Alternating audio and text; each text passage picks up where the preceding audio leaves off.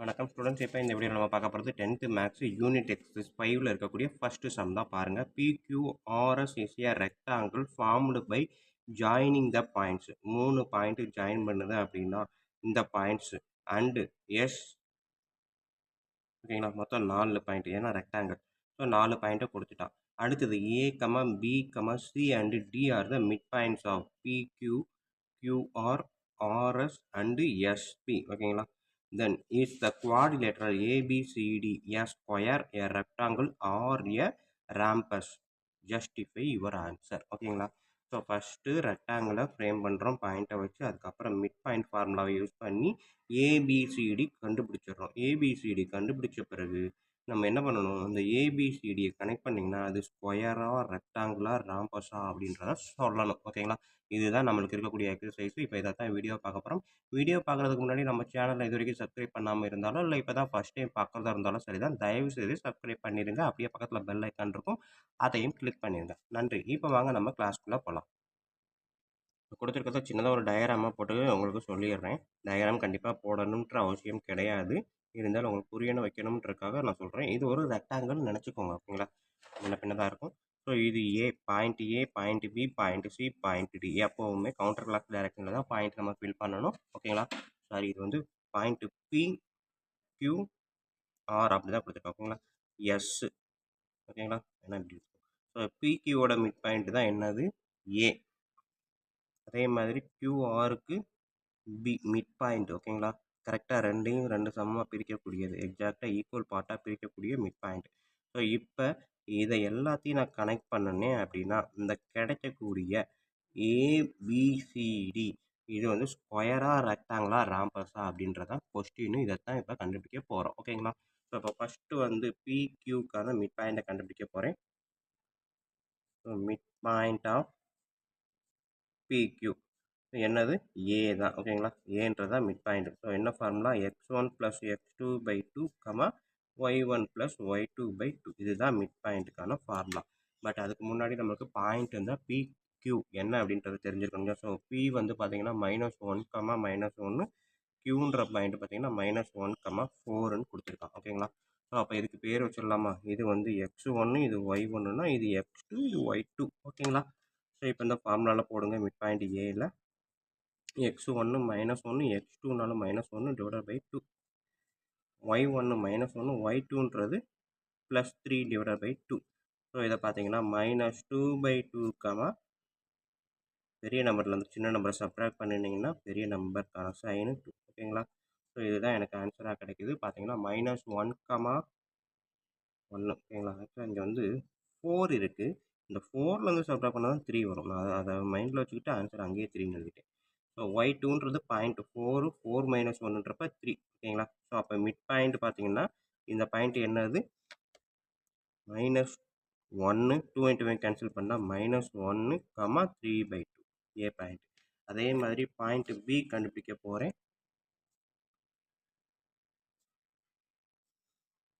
QR. ஓகேங்களா. So அப்போ B தான் கண்டுபிடிக்கணும். பட் அதுக்கு முன்னாடி கியூக்கான பாயிண்ட் என்ன இங்கே இருக்குது, -1, 4.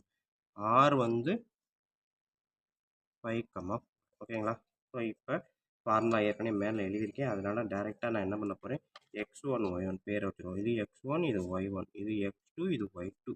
ஓகேங்களா. ஸோ இப்போ பார்த்தீங்கன்னா -1 + 5/2, 4 + 4/2. ஸோ இதை பார்த்தீங்கன்னா பெரிய நம்பர் சின்ன நம்பர் சப்ட்ராக்ட் பண்ணுங்க, ஏன்னா வேறு வேறு சைன். அப்போ பெருசுலேருந்து சின்னதாக கழிச்சா 4, பெரிய நம்பர் சைனு ப்ளஸ் 4 + 4 8/2. ஸோ அப்போ பாயிண்ட் பி பார்த்தீங்கன்னா 2 2s are 4, 4 2s are 8, 2, 4 point B. ஓகேங்களா. ஸோ அடுத்தது இங்கே எழுதுகிறேன், கீழே கூட எழுதுகிறேன். மிட் பாயிண்ட் ஆஃப் எஸ்க்கும் ஆருக்கும். ஸோ ஆர்எஸ் கூட போட்டுக்கலாம், ஆர்எஸ். ஸோ அப்போ ஆருக்கான பாயிண்ட்டு இங்கே எழுதியிருக்க மேலே 5, 4. எஸ் வந்து புக்கில் என்ன கொடுத்துருக்காங்கன்னு பார்த்தீங்கன்னா 5, -1. ஓகேங்களா. ஸோ அப்போ ஆர்எஸ் மிட் பாயிண்ட்டு சி தான். x1 + x2, 5 + 5/2,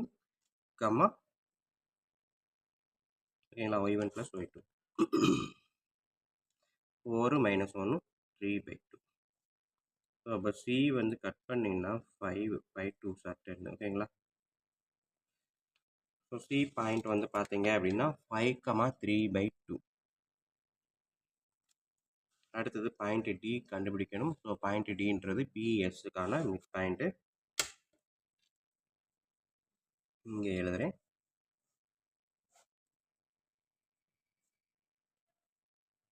mid point of PS. So point P வந்து பார்த்தீங்கன்னா என்ன கொடுத்துருக்காங்க? -1, -1. எஸ் வந்து 5, -1. ஸோ அப்போ மிட் பாயிண்ட்டு டி வந்து பார்த்தீங்கன்னா -1 + 5/2, -1 -1/2. இதுலேருந்து இதை கழிச்சிங்கன்னா 4/2, -2/2. ஸோ இப்போ இதை நான் கட் பண்ணுறேன் அப்படின்றப்ப 2 2s are 4 1. ஓகேங்களா? ஸோ இதெல்லாம் நம்ம எழுதணும். x1 y1 இது x2 இது y2. ஓகேங்களா? ஸோ அதை தான் இந்த ஃபார்முலாவில் அப்ளை பண்ணியிருக்கேன். இங்கே நம்ம எழுதியிருக்கோம்ல இதே ஃபார்முலா ஒரு வேறு தான் எழுதியிருக்கேன். எல்லா இடத்துலையும் இதை தான் நான் ரெஃபரன்ஸாக யூஸ் பண்ணியிருக்கேன். ஓகேங்களா? ஸோ அப்போ பாயிண்ட்டு 2, -1 டி. அந்த பாயிண்ட் எழுதலாமா? ஸோ டின்றது 2, -1. ஸோ இப்போ பார்த்தீங்கன்னா இந்த ஏபிசிடி என்னவா ஆகுது அப்படின்றதான் கொஸ்டின். ஓகேங்களா? ஸோ இந்த கொஸ்டினில் நான் அடுத்து என்ன பண்ண போகிறேன் அப்படின்னா இதுவும் பார்க்குறதுக்கு பேரலல் மாதிரி இருக்குது, இதுவும் பேரலல் மாதிரி இருக்குது. அதனால் நான் பேரலான்னு செக் பண்ண போகிறேன். ஆப்போசிட் சைட்ஸ் ஆர் பேரலல் அப்படின்னாலே நம்ம என்ன சொல்லலாம்? பேரலோகிராம் சொல்லலாம், ஸ்கொயர்னு சொல்லலாம், ரெக்டாங்கிளும் சொல்லலாம். ஓகேங்களா? ஸோ அப்போ முதல்ல பேரலான்னு பார்த்துக்குவோம். அதுக்கப்புறம் நம்ம மற்றதை டிசைட் பண்ணுவோம். ஓகேங்களா? ஸோ அப்போ ஸ்லோப்பை கண்டுபிடிக்கணும். ஸ்லோப் ஆஃப் எதுக்கு கண்டுபிடிக்க போகிறேன் அப்படின்னா ஏக்கும் பிக்குமான ஸ்லோப் 2 பாயிண்ட் இருக்குது ஏபி. ஓகேங்களா? ஸ்லோப் ஆஃப் ஏபி இதுதான் கண்டுபிடிக்க போகிறேன். ஏன்றது -1, 3/2, பின்றது 2, 4. ஸோ 2 பாயிண்ட் கொடுத்து ஸ்லோப்பு கேட்டாங்க அப்படின்னா M1 நான் வச்சுக்கிறேன். ஸோ பேரு என்ன? இது x1 இது y1 இது x2 இது y2. ஓகேங்களா? ஸோ அப்போ ஸ்லோப்புக்கான ஃபார்முலா y2 - y1/x2 - x1. இந்த ஃபார்முலாவில் போடுங்க. y2ன்றது 4 - 3/2, 2 - -1. ஸோ 2 இங்கே இருக்குது. இந்த டிவிஷன் 1 இருக்கிறதுனால மேலே இங்கே 2ஆல் மல்டிப்ளை பண்ணால் 8 - 3/2 காமன் டிவிஷன் 2 × -(-) +1. ஓகேங்களா? 8 - 3 5/2 டிவைடட் பை 3ன்னு வரும். அதை நான் வந்து 1/3ன்னு எழுதலாம். ஓகேங்களா? ஏன்னா இதுக்கு கீழே எதுவுமே இல்லை 1ன்றப்ப இந்த டிவிஷனை நான் மல்டிப்ளிகேஷனாக மாற்றினா இந்த 1 மேலே வந்துடும், இது வந்து கீழே வரும். இதோட தலைகீழி தான் எழுதுவோம். ஸோ 2 + 1 3ன்றது இங்கே வந்துடும். ஸோ இப்போ பார்த்தீங்க அப்படின்னா M1 பார்த்தீங்கன்னா 5/6. ஸோ இதே மாதிரி நெக்ஸ்ட்டு ஸ்லோப் ஆஃப் ஏபி கண்டுபிடிக்கணும். பிசி கண்டுபிடிக்கலாமா?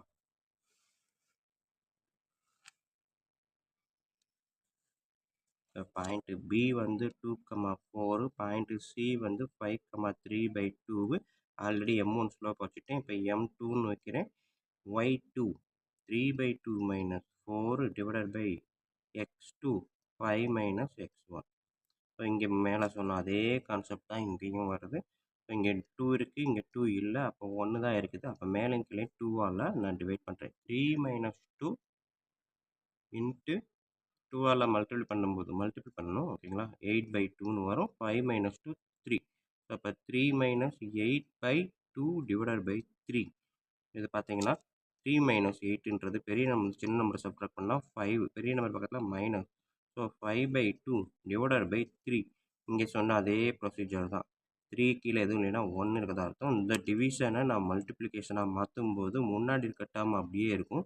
கீழே இருக்கக்கூடிய டேர்மை தலைகீழாக மாற்றணும். ஓகேங்களா? இன்னொரு சொல்கிறேன். ஸோ இந்த டிவிஷனை நான் மல்டிப்ளிகேஷனாக மாற்றிட்டேன்னா மேலே இருக்க டேர்ம் அப்படியே எழுதுகிறேன். கீழே இருக்க டேர்மை அப்படியே இதோட தலைகீழியாக எழுதிட்டேன். இப்போ பார்த்தீங்க அப்படின்னா -5 5 × 1 -5 2 × 3 6. ஓகேங்களா? ஸோ அப்போ M2 வந்து -5/6. ஓகேங்களா? ஸோ M1 வந்து 5/6, M2 வந்து -5/6. அடுத்து M3, M4 கண்டுபிடிக்குமா?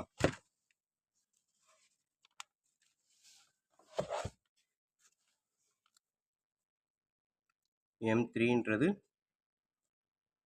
Slope of CD. ஓகேங்களா? BC கண்டுபிடிச்சிருக்கேனா? பியும் சியும் கண்டுபிடிச்சேன். இப்போ சியும் டியும் கண்டுபிடிக்க போகிறேன். ஓகேங்களா? So slope of CD. அப்போ பாயிண்ட் C வந்து என்ன இருக்குது? 5,3/2 இருக்கும். டிக்கு வந்து 2,-1 இருக்குது. ஓகேங்களா? பார்த்துக்கோங்க. பாயிண்ட் சிக்கு 5,3/2. பாயிண்ட் டிக்கு 2,-1. ஓகேங்களா? ஸோ அதான் இங்கே எழுதியிருக்கேன். ஸோ இப்போ ஸ்லோப் ஆல்ரெடி M2 வச்சுட்டேன். இப்போ M3 வைக்கிறேன். என்ன formula? y2 - y1 / x2 - x1. இந்த ஃபார்முலாவில் நான் இதை அப்ளை பண்ண போகிறேன். ஓகேங்களா?